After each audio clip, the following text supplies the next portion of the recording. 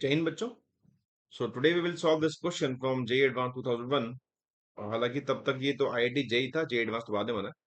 तो ये क्वेश्चन मासिक पुली का है। तो मासिक पुली क्लास में इतना पढ़ाया जाता नहीं है, बिकॉज इतना इंपॉर्टेंट नहीं होता, तभी ये लोगों को डाउट होता है। तो आई आई विल ट्राई कि मैं इसको आपको क्लियर कर दूं। तो a string of negligible mass going over a clamped pulley of mass m support a block of mass m। एक रस्सी जो एक क्लैम्प्ड पुली के ऊपर जो जा रही है, जो एक मास को सपोर्ट कर रही है नीचे। The force on the pulley by the clamp is.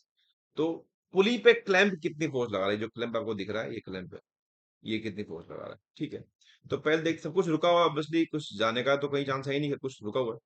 तो अगर टेंशन की बात करें, टेंशन कितनी होगी? टेंशन इस में, अगर इसका मास एम है, रुका हुआ है, तो T equal to m g तो होगा ही, है ना? तो अगर पुली पे देखेंगे, पुली का ड्रॉ करते हैं पीडी। तो पुली पे एक रस्सी है और एक रस्सी है। Tension is always a pulling force. Tension इस पुली को खींचेगी इस तरफ, टी, और नीचे वाली टेंशन नीचे खींचेगी, टी। और साथ में पुली का वेट भी होगा अपना, mg। तो पुली पे तीन फोर्सेस हैं। एक रस्सी यहां से खींचेगी, एक रस्सी यहां से खींचेगी, और एक इसका वेट खुद का पुली का। तीन फोर्सेस हैं। और नेट ड्रॉ करें, और टी की वैल्यू खुद जो है वो mg ही है। ये mg, कैपिटल mg। तो अगर इस तरफ देखेंगे, तो नीचे की तरफ जो फोर्स है नेट, जो वो m प्लस m इंटू जी है। जो इधर फोर्स है वो mg है। ना दो फोर्स हैं। अगर नेट फोर्स निकालें इसका, कि दो फोर्स अगर देखें, तो अगर मान लेते हैं ये F1 है, लेट से F2 है, तो ये दोनों एंगल जो है इनके बीच में 90 डिग्री का एंगल है। तो अगर नेट फोर्स देखें इस पे, this is equal to F1 square plus F2 square plus 2 F1 F2 cos 90। cos 90 होता है 0। That this is equal to F1 square plus F2 square. तो उसको अगर पुट कर लें, this is equal to m plus m जी का square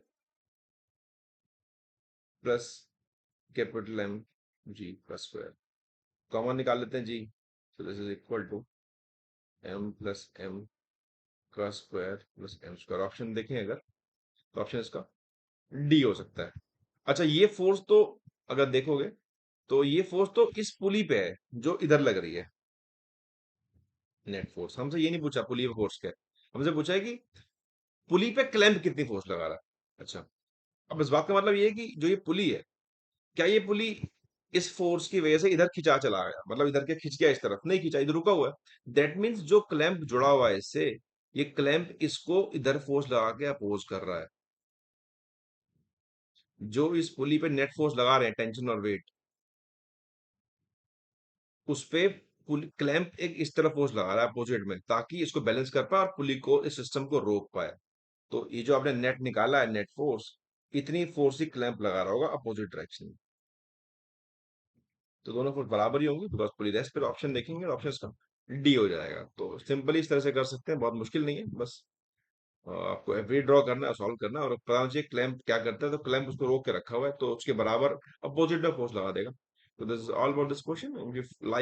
if you like my content, then please do like, comment, subscribe on my videos. Thanks for watching.